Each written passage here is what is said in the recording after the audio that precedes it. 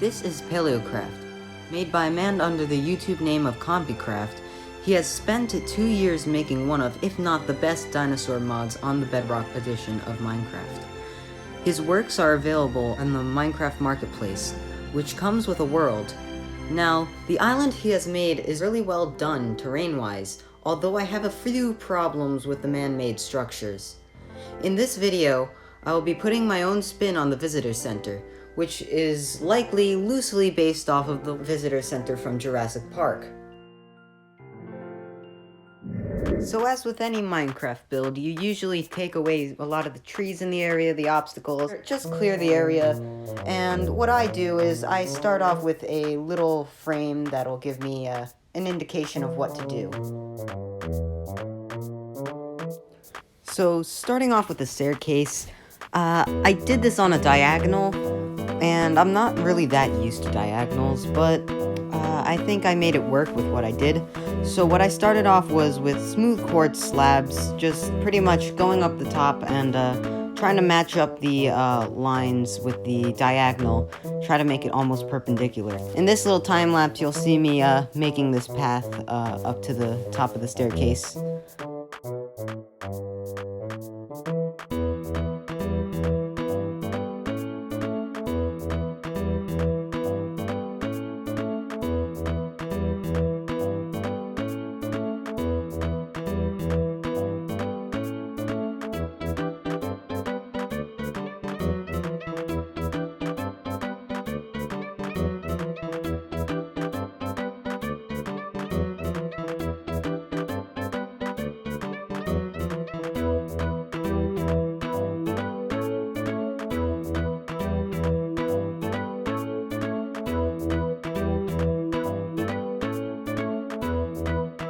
After making the pathway and making some fountains to go along with it, it was time to finally start the main structure.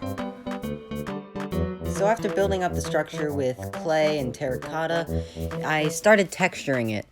So for the bottom here, I'm using dark gray, no, not dark gray clay, actually dark gray concrete and dark gray concrete powder in a mixed area, with the dark gray concrete usually being on the bottom and the powder being on the top and around it. This will give the illusion like it's being weathered, and yeah, it helps the structure a lot. It helps detail a building a lot. And it uses a lot of the fundamentals when it comes to good building. So I'm going to leave you off with this time lapse, and once I am done with the entire structure texturing it, I will come back.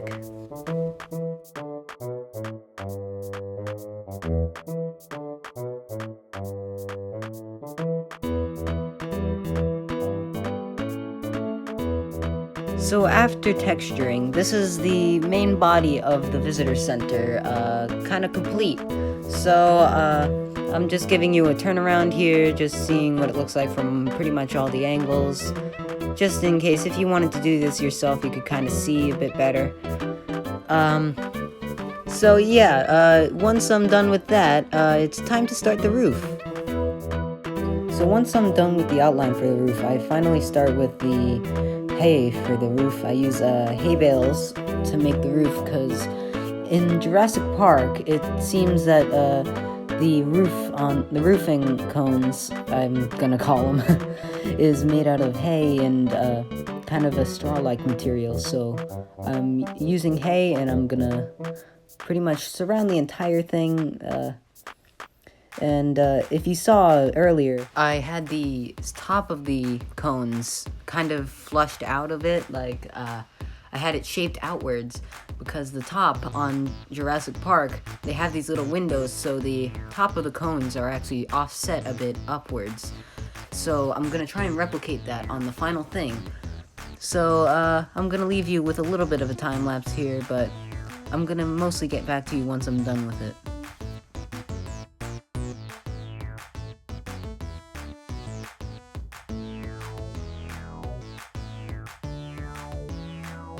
So I finished this cone here, and wait, yeah, I might have gotten a little carried away with it. I finished all the cones. So yeah, After finishing all the cones, I added a little blue thing at the top, just so I could put a beacon out of it. And now that I was done with the roof, that's pretty much the exterior done, and now it's time to work on the interior. So yeah, like as with the cones, I kind of got a bit of head start with the ceiling, walls, and flooring. I made these little lights here, as you can see, and yeah, pretty much the most that is left on this build is the interior decorations and making it set up for a map-like purpose, since the first one was an introduction area. So for this room, I wanted to make it a dining area, and so I have the table already made in this room. So pretty much all that's left in here is to do the seats. I had a little bit of trouble figuring out what to do with the seats. At first I wanted to make them all individual seats, but as I went along, I quickly figured out that it would look a little bit better to make it just little booths.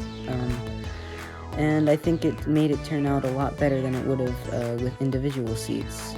So for the rest of the time lapse, you're going to see me decorating.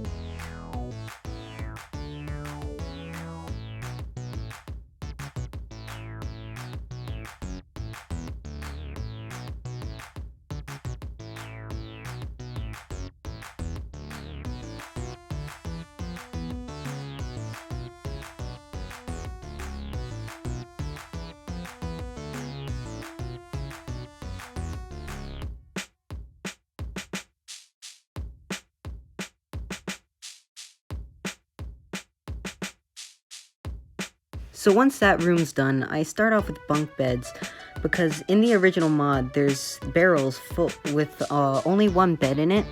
So if you had friends on, you wouldn't be able to have more than one bed. So here I just made it so I tried to make it so you could get more than one bed for your friends and all that. Later on in post, I add barrels around, so in the original building there's quite a few barrels full of basic necessities.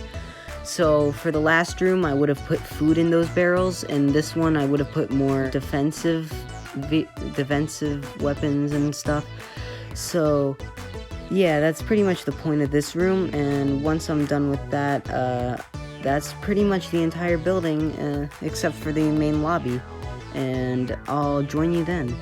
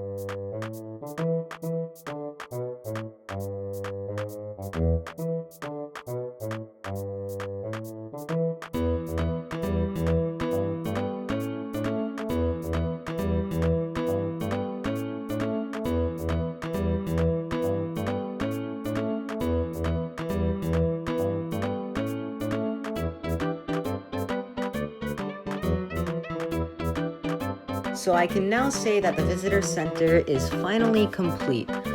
With the main lobby made, I put a little skeleton of probably some sort of theropod, maybe a T-Rex-ish. I'm not sure what kind of theropod I was going for.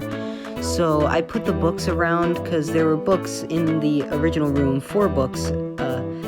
So I put them circling the theropod, I would say, with maps on each side. So there's maps here, and it pretty much points to you where you are on the world. These are made by CompyCraft himself, and so with that, the entire thing is done. I thank you all for joining me on this little build, and subscribe to CompyCraft and listen to the music that he has made for the mod, and I will see you in the next one.